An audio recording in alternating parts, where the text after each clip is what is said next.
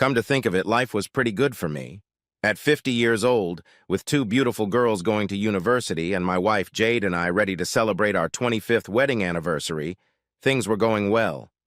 We owned most of a very nice house in an upscale suburb and drove nearly new cars. My job as a regional sales manager for a national company was going well.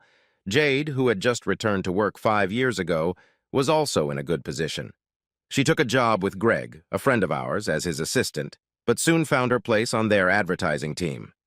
3 years later, Greg made us an offer. He wanted to grow the business but needed capital. He offered us a stake in the business, and Jade would take a senior position on their sales and business development team. To say she took to it like a duck to water is an understatement. 2 years later, she was making more money than me. So what was there for me to complain about? Probably the fact that Jade and I were so busy that we hardly ever saw each other.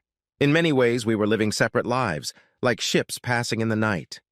Don't get me wrong, our marriage was strong, loving, and caring. I just wished I could see her more often. That was going to change, and we had no control over it.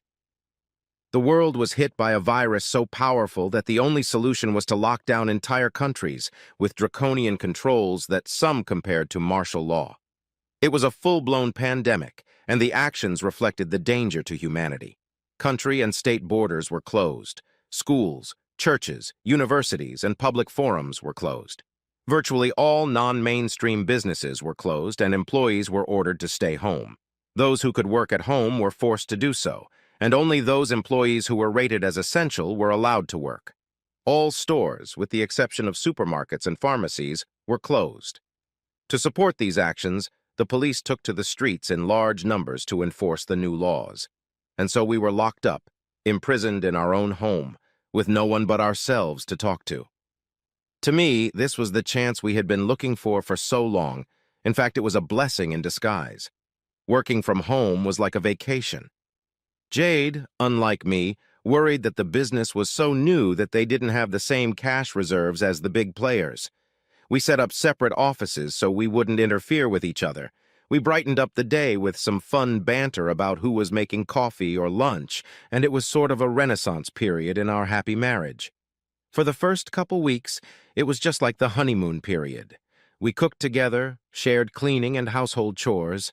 We slept in on weekends and rode bikes.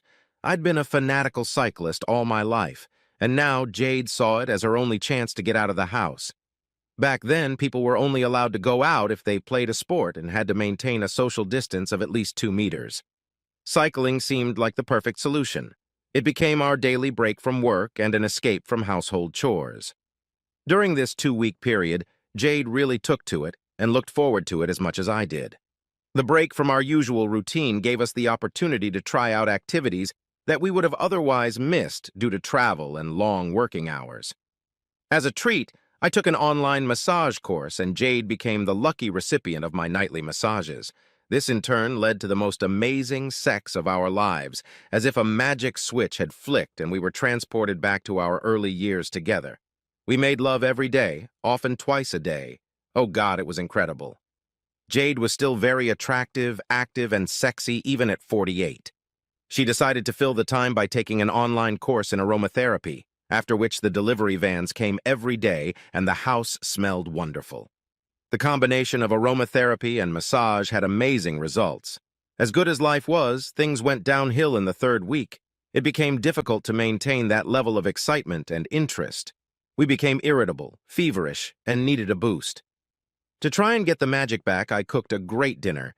Jade seemed impressed with my cooking skills, but as soon as she finished, she thanked me for the meal and went straight back to work, leaving me to sit on my own. The 3-appet was starting to take its toll on their business. I'm no fool and understood that, but opportunities like this don't come around often.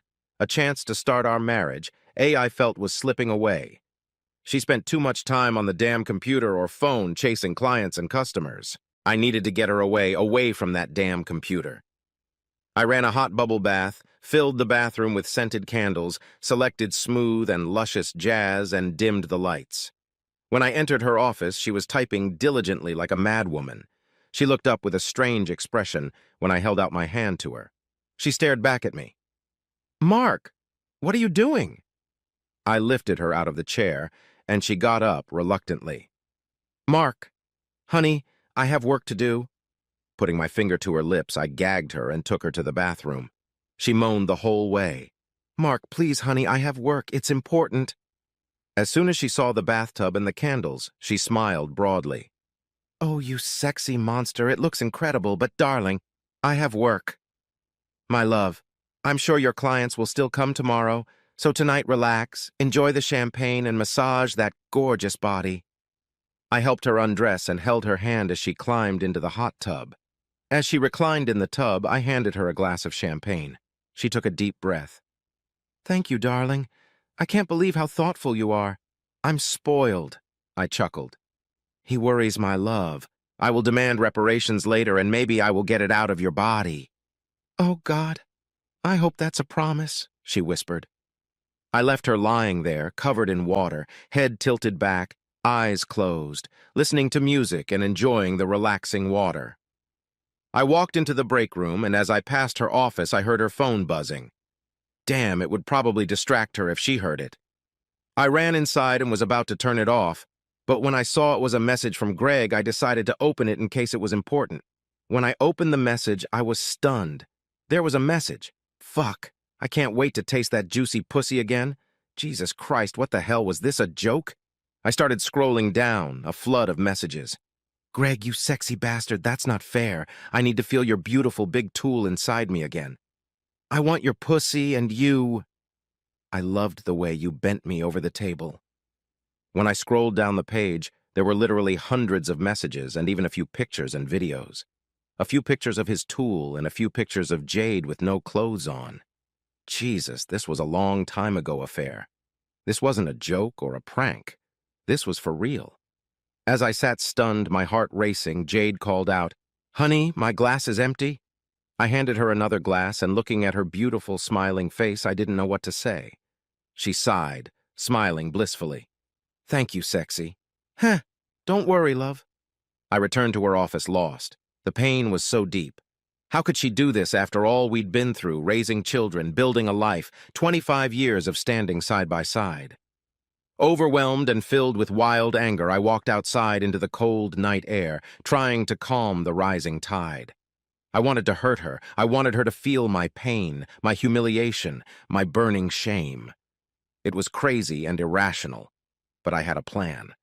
I searched her phone, pulling out videos and pictures, and forwarded the messages to everyone in her contact list. Over 300 contacts would get an unexpected message. Friends, family, clients, all of them. I plugged my phone into my laptop and downloaded everything. 3 Ain't a Pecco, curious as to what she was so busy with, I opened her computer. She was also emailing him, so that's what was so important. I found a ton of other emails similar to this one. I repeated my previous actions and forwarded them to her contact list again. I pulled out my flash drive and downloaded everything again. I needed all the evidence I could gather. That's when I realized my marriage was over. I wanted to just leave, but that damn virus locked us together and there was no way out. We converted the room above the garage into a bedroom for our daughter before she left for uni to give her some privacy. I started packing up all my stuff and moving it in there. It would be my haven until it was all over. I was already on my 3rd attempt when Jade came out wrapped in a towel. When she saw me carrying an armful of stuff, she hissed questioningly. "What the hell are you doing?" "I'm moving into Chanel's room until this damn virus thing is over." "Mark, what's going on? You're scaring me. You're acting crazy." "Back off, Jade. From now on, our marriage is over. I'll file for divorce as soon as I can." I roughly shoved her as she screamed. Mark, talk to me. What's going on?" "It will become obvious. Just leave me alone. I recommend you get a lawyer and as soon as possible." She called out to me as I walked away, leaving her looking at me with her mouth open. I locked myself in the house and waited for the shit to hit the fan. It didn't take long and there was a furious pounding on the door. Jade was crying and screaming hysterically. "Mark, you fucking evil asshole!" "Oh my God, why didn't you talk to me? God damn it, you've ruined everything." "Christ almighty. Say something, you fucking asshole." "Fuck you, Jade. Why don't you see if Greg and his handsome big buddy can fix things for you?" Silence. Then crying, mad, agonizing sobs. "Mark, I'm sorry, I didn't mean to hurt you." When I didn't say anything, she growled. God, it was only sex.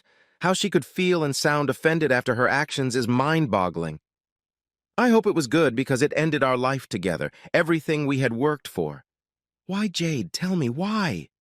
Her sobs started again, and they drowned out her words as she whispered, Mark, it was just sex. It doesn't matter. Just sex. It was wrong, I know, but it was harmless. If you just talk to me, we can get past this.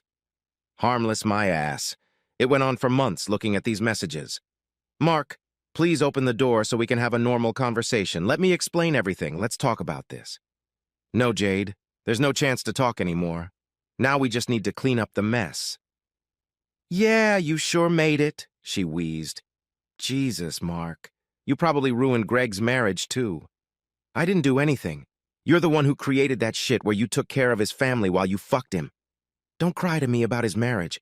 Mark, if you had just talked to me, we could have tried to fix things, find a way to get past this, but now, Jesus knows everything. God knows what the girls will say, or Mom and Dad for that matter. Hell, I never thought you could be so mean, so angry. Mean. Angry. My God, Jade, you have a 6-month affair with our friend and you're telling me I'm evil. For God's sake, woman, you're ridiculous. Mark, darling, no one needed to know. We could have fixed it ourselves. It's not the end of the world. Like hell it is. It's the end of the road for me. Mark, open the door, honey. Please let me fix this. Leave me alone, Jade. I just want to get a good night's sleep and clear my head. It took a half hour of knocking on the door for her to realize I wasn't answering. Finally, she came back into the house, leaving me and my anger simmering. I plugged in my laptop and sorted her messages into a file I could send to my lawyer. I was filing for divorce in the morning. I didn't have to think about it. I didn't have to fight my conscience. Our marriage was over. While I was gathering all the evidence, my phone buzzed continuously as I put it on vibrate mode. I wasn't ready to face anyone face-to-face. I guessed it was our daughters or parents. I wanted a chance to calm down before talking to them. It was a long night. I tossed and turned, dipping in and out of sleep. I woke up around 9 and wandered into the house to shower and eat breakfast. When I walked in the back door, Jade was standing at the bench making coffee. She turned around and took a quick glance at me. Good morning, Mark. Would you like some? She looked terrible. Her eyes were bloodshot, red and sagging. No thanks, I'll make my own when you're done. I'm going to take a shower.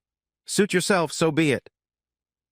I locked myself in the bathroom, showering and trying to fortify myself for what was to come. When I walked into the kitchen, Jade handed me her phone. I didn't want to take it, but after all, whoever it was, I would have to meet him today one way or another. Hi, Mark, it's Greg. I just want to say I'm sorry about what happened. It's not Jade's fault. It should be my fault. I interrupted him halfway through. Forget it, Greg. It's over. You and I will meet up once this virus thing is over and we'll finish it like men. I disconnected without giving him a chance to say anything else. Jade stood there looking at me. Mark, he was just trying to apologize, to ask for forgiveness. Bullshit. He can shove his apology where the sun don't shine. Next time I talk to him, he better be ready. I walked past her and noticed she had made me coffee. I poured it out and made a new one. She looked at me angrily. I made it for you. Yeah, it probably had rat poison in it. Jade, I don't want to see you or talk to you. I'm going to call my lawyer as soon as I make coffee, so I suggest you do the same. She tried to take my hand and turn me back. Mark, please, honey, if we could just sit down and have a calm discussion, we could fix this. We've been through so much, it's just a bump in the road. If you let me explain, I'm sure we can work it out. Okay, then, Jade, tell me why. She leaned back against the sink. I don't know, honey. I guess it was the big 5 O's rushing towards me, and lately I've been feeling unattractive. For a woman, it's different. All my life, men have noticed me. I'm not blind, and I know I'm attractive. But as I got older, the looks stopped. I started to feel invisible. Younger guys stopped noticing me, and I felt old, and Greg flirted with me, flattered me, made me feel desirable. Once I told him how I felt, and he kissed me, and I let down my defenses, but honestly, it was just sex. How shallow are you, Jade? It's all about you feeling your age. We all get older. You should have talked to me. You should have let me help. Let me make you better. Oh yeah, you feel better. Hell, Mark, you look better now than when we were younger. We go out somewhere and I see beautiful young girls staring at you. You've gotten better looking, and I look old next to you. Oh, hell, we were supposed to grow old together. That's what life is all about. I wanted to grow old with you, spend the rest of my life with you. Damn it, I love you. Sobbing, she mumbled through her snot. We still can, Mark. I love you. I always have, and that hasn't changed. Shaking my head, I groaned. Call your lawyer, Jade. You're going to need all the help you can get. Pouring my coffee, I walked into the room and plopped down on the small couch. God, what a horrible mess. All I wanted to do was escape, but I was locked up, imprisoned with this crazy bitch. As I sipped my coffee, I got another call. It was Melissa, Greg's wife. Hey, Mark. She'd obviously been crying. I'm sorry, I don't know what to say, but thanks for letting me know. It's okay, Melissa. I needed it for my own peace of mind. What are you going to do? She sighed. I don't know, God. Everything is so messed up. I want to kill him, divorce him, cut off his damn tool.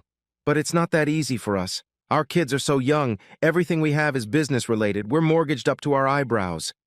If I leave now, I'm going back home to my parents, and that's going to be hell. You have to do what you think is right. And what about you? What are you going to do? She asked. I'm going to call my lawyer as soon as I hang up the phone and file for divorce. Shit. I'm so sorry, Mark. Is there no way to work this out? No. As far as I'm concerned, it's over. We talked for a while longer before hanging up. Arthur, my attorney, was shocked when I told him the story. He had been involved in all the major decisions in our lives, especially the refinancing and investment in Greg's business. He asked me what I wanted to do, and I informed him that I wanted to file for divorce. I offered to send him proof, but he laughed. It doesn't matter. She may be wrong, and adultery is grounds for divorce, but it won't help you. You can't get away from the marital act. She gets half of everything, even if she's wrong. Accepting his news, I muttered. Just send me the papers, and I'll fill them out. But I'm definitely filing for adultery. I want everyone to know. Buddy, the only advice I can give is to take it easy, buddy. You're mad now. I'll send the papers. But please think about it a bit. The decisions you make now, you'll have to carry out for the rest of your life. Later, the papers came, and I was filling them out when the phone rang. Checked the name. It was my oldest daughter, Katie. Daddy, what the hell is going on? I just talked to Mom, and she's hysterical. I can't understand a word she said. Is it really all true? The emails and messages, is it true, or is it some kind of stupid prank? She didn't believe it at all. It was her mother, her beautiful, caring, loving mother she was so close to. I could hear the disbelief in her voice. Taking a deep breath, I groaned. Yes, it was true. I had only found out myself yesterday at the same time as everyone else. Damn it, who sent this out? It came from my mom's email. Feeling a little guilty, I muttered. It doesn't matter who sent it. All that matters is that we found out. So what are you going to do? Of course I'm going to file for divorce. What do you think I'm going to do? A sharp intake of breath preceded her frantic screaming. Daddy, no, please, no, no, no, no. Then there was silence, after which she added, Divorce is just too damn much, isn't it? Sure, you can try to get over it or whatever. We're talking about Mom, Dad. It's just a mistake. It's meant to be. You've been together forever, and she loves you. You know that. I used to know it, Buttercup.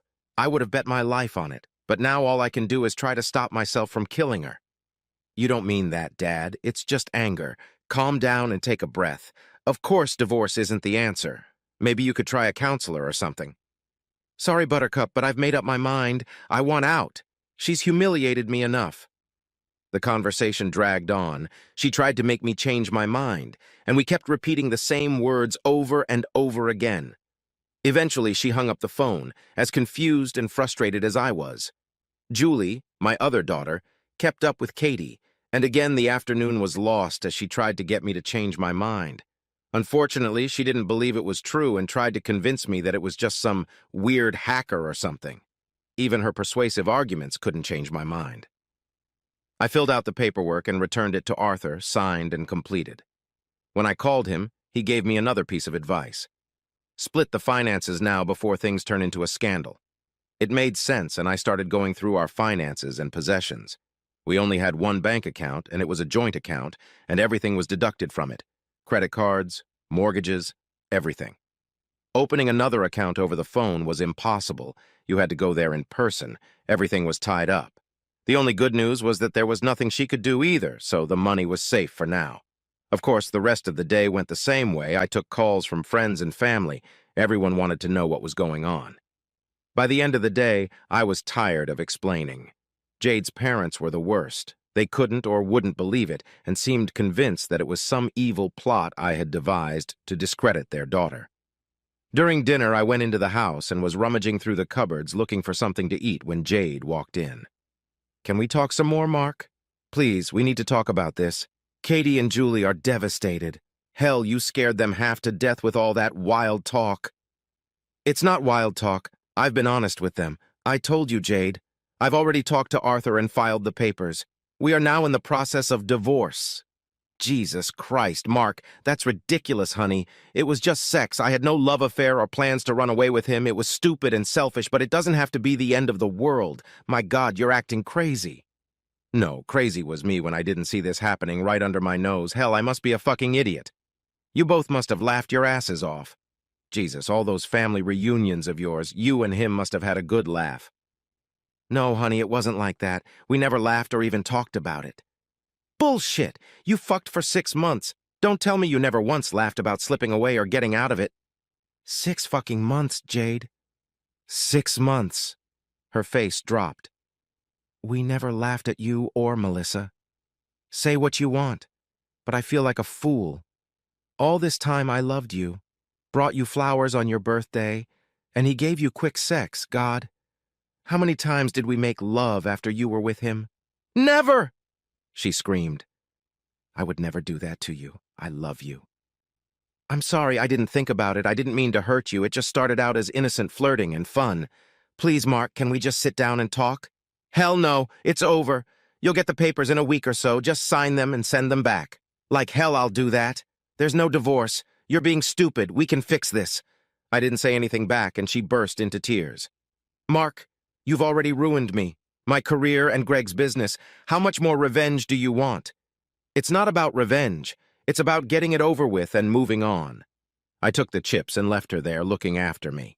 The next day, I was woken up by Jade banging on the door. I opened it to see what she wanted, but she persistently barged in. "Mark, Greg, Melissa and I talked last night, and we have a plan to try and save the business. We're going to say that the disgruntled employee we fired hacked into my email account and set the whole thing up in retaliation for my firing." "Say what you want. I don't care." "Mark, we need your help. If we want to get people to believe this, we need your help. Can you back us up?" I laughed. "Hell no. If anyone asks, I'll tell the truth. People need to know what lying, manipulative, despicable shitheads they're dealing with." My rage shocked her. Melissa agreed. "She's going to support us. Mark, I'm begging you. Greg and Melissa are going to lose everything. His reputation is in tatters." "It's his fault, not mine." She stomped her foot. "But that's exactly what we'll say. We'll let everyone know, including the kids and Mom and Dad." "Suit yourself, but I'm not helping." For the next week, every time I went inside, she was on the phone with customers, spreading the word to those who had gotten the letter. I left them alone, but Melissa called me and begged me to help. They were desperate to resuscitate the business and save Greg's reputation. Melissa seemed to have forgiven him and openly begged me to reconsider my position. I was so sick of it all and wanted it all to end, but there was no way to avoid the daily drama, no way to avoid the hellhole our house had become. Katie called several times and became increasingly upset with me. Her mother even convinced her that it was a strange conspiracy to discredit her mother. She convinced me that I should take it as it came, forgive and forget. Of course, all I had to do was send her the video clip, but I couldn't bring myself to do that. Instead, I went the other way and tackled her mother. She was in her office working with new clients, busier than ever. I pulled a chair over next to her desk, sat down and folded my arms. "Jade, you have to tell Kathy and July the truth. They're driving me crazy with this hacker nonsense," she recoiled. "What? Why not let sleeping dogs lie?" "Because they won't leave me alone. They lecture me every day on the phone about why I'm torturing you with a divorce. They think I'm the bad guy." She leaned forward across the table, leaning on her elbows, and stared straight at me. "Mark, if you let me, I'll make it up to you. Give me a chance to make things right. Forgive me and let's start over. We managed to get all the customers back on board, and it looks like we're almost back to normal. Jade, If you don't tell the girls the truth, I'll be forced to send them the last proof I have. Mark, please, why don't we just leave it alone? No one loses that way. I lose at this point. The girls treat me like the bad guy because I don't buy your bullshit. Either you tell them or I will. No, that's not fair. I don't want a divorce, and me and the girls are just figuring things out. I'm not going to ruin it. Either way, you can't say anything that would make them believe it. I pulled a flash drive out of my pocket and waved it in front of her nose. On this flash drive is a video of you having fun with Greg. I think it might convince them. She almost fainted. Oh my God, you can't. I nodded. Either you tell them or I'll just send it out to everyone you know, including our parents and kids. God, Mark, you're such an asshole. Why do we have to get divorced? Greg and I are over. Give us a chance and I promise I'll spend the rest of our lives together to make it right. You can't fix anything, Jade. Even if I could forgive you, I could never trust you again. I'd always be looking over my shoulder wondering who you were sleeping with. Jesus, girl, I mean, Greg might not be the only one. There could be hundreds. She growled furiously. Get out now! I stood up and, walking to the door, growled. Either you tell them or I will. A few days passed, but my daughter called me to apologize for being so hard on me. She spoke to her mother, and she asked her to be gentler with me and that we would work things out ourselves. Obviously, she didn't tell her the truth, but at least now Katie was a little more understanding. When I called and talked to the real estate agent about selling the house, Jade exploded. When I told her about it, she became hysterical. Jesus, Mark, we can't sell the house. What will everyone think? We spent hours on the phone explaining and convincing everyone that we were okay, and now you want to sell the house. Jesus, be reasonable. I was a little shocked, her indifferent attitude. Look, Jade, we're both going to need somewhere to live. I know you can't afford to buy my share of the house, so you can't stay here. I don't want to stay here. I've got nothing but bad memories now. I think the best thing would be to sell the house, and then we can go our separate ways. She grabbed my hand, squeezing it tightly between hers, and looked intently into my eyes. Or we can stay and try to make it through. Mark, I love you as much now as I did when we were married. I don't want a divorce. Can't we work things out? For a man who says he loves me, you have a strange way of showing it. Intrigue doesn't show love. Clutching my hand tighter with tears rolling down her cheeks, she wheezed. I made a mistake. It was stupid. It was selfish, but that doesn't mean I don't love you. We've made a lot of mistakes over the years. Both of us, Mark. We can work through this. Jade, you just don't understand. You've lied to me. You've lied to me for months, and you'd keep lying to me. You say it's over between you and him, but if I hadn't found those messages, it would still be going on, wouldn't it?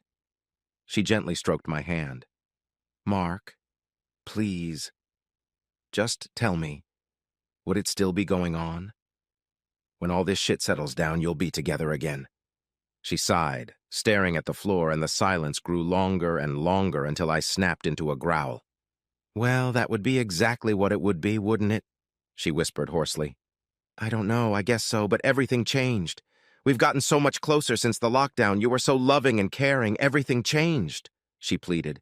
It's over now, and if you give me a chance, we can put it behind us and forget it ever happened.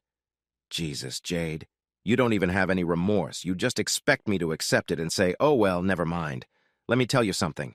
Life isn't like that. I pulled my hand away. We're selling the house. It'll be on the market tomorrow. I walked away, leaving her in a completely depressed state. It was a bad time to sell. Real estate agents couldn't visit the house. They couldn't bring potential clients. It had to be done online and relied on the pictures I took. I spent a day taking photos that I thought highlighted the best features of the house, sent them to the agent, and the next day, the house was listed for sale. This set off a maelstrom of calls from friends and, of course, family who wanted to know what was going on. Jade answered all the calls trying to hide the truth. She told everyone some ridiculous stories about us looking for a better place.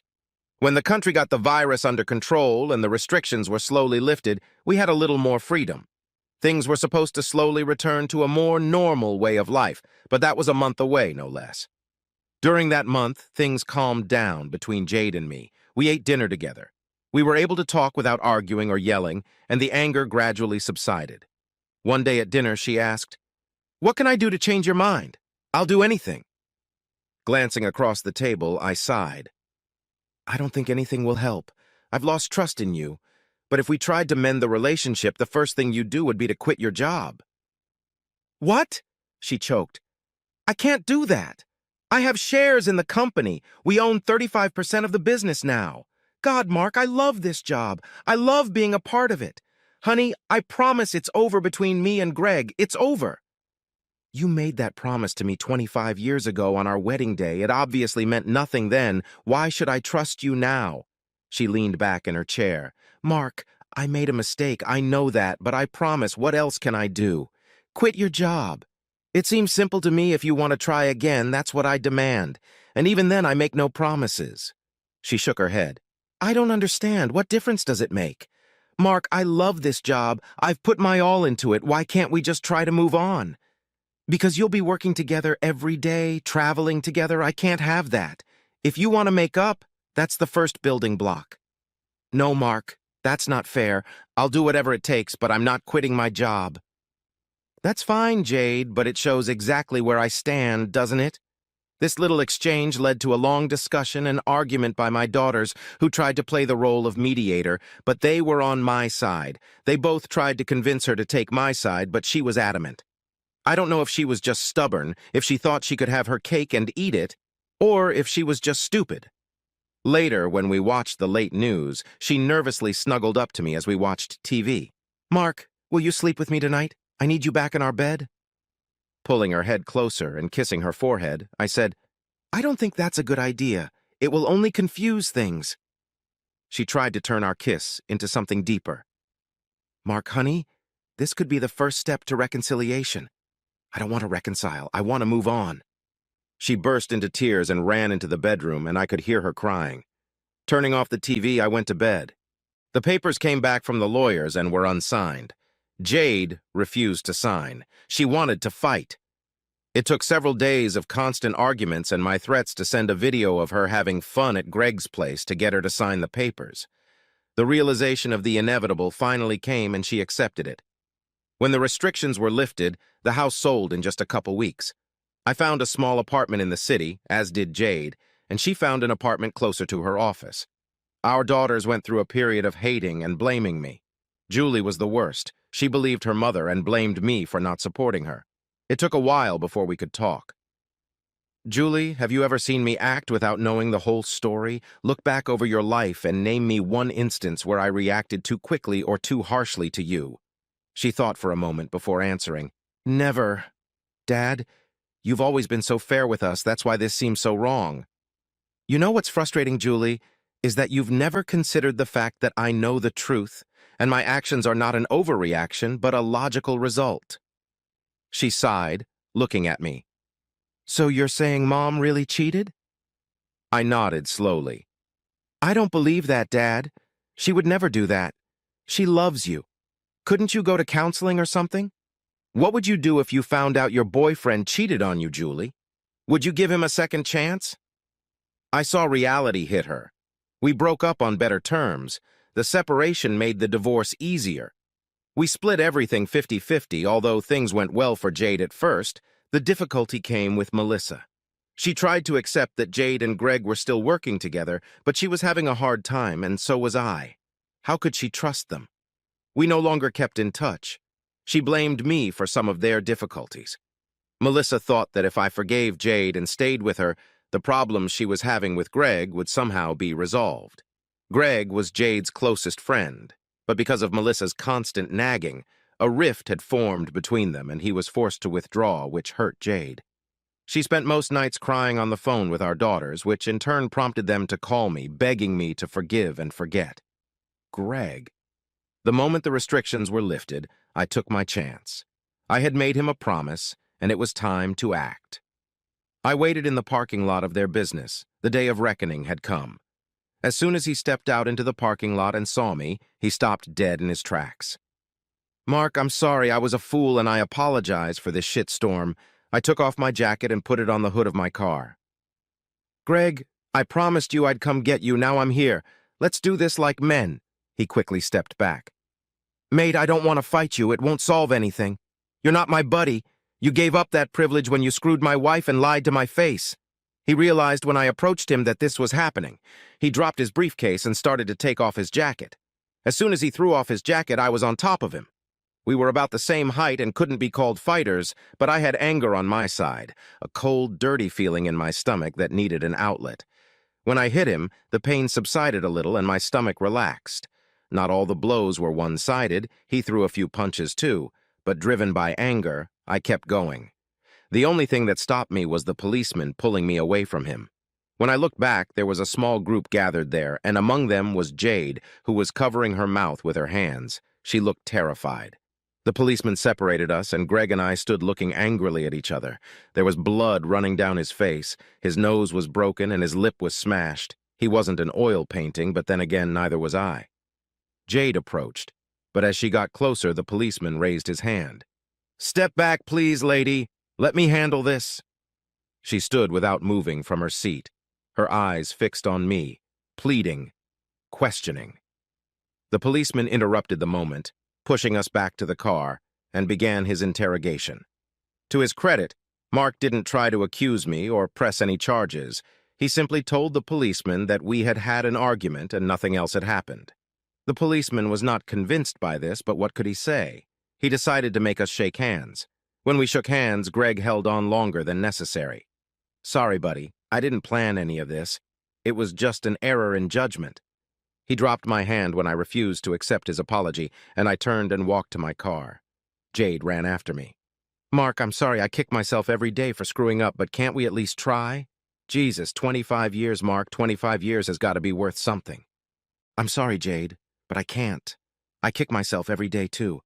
Why didn't I see it coming? You had an affair right under my nose and I didn't even know. There's no way we can live together because I'll always wonder where you are, who you're with." I left feeling lighter, stronger, and so much better. Violence may not solve anything, but sometimes it can't be avoided. When the restrictions were lifted and the world went back to normal, the media was full of good news about how we survived the virus. Well, some survived, but others died. Millions are unemployed, businesses are down and will never open again, food banks are overflowing, poverty is at the highest level since the Great Depression.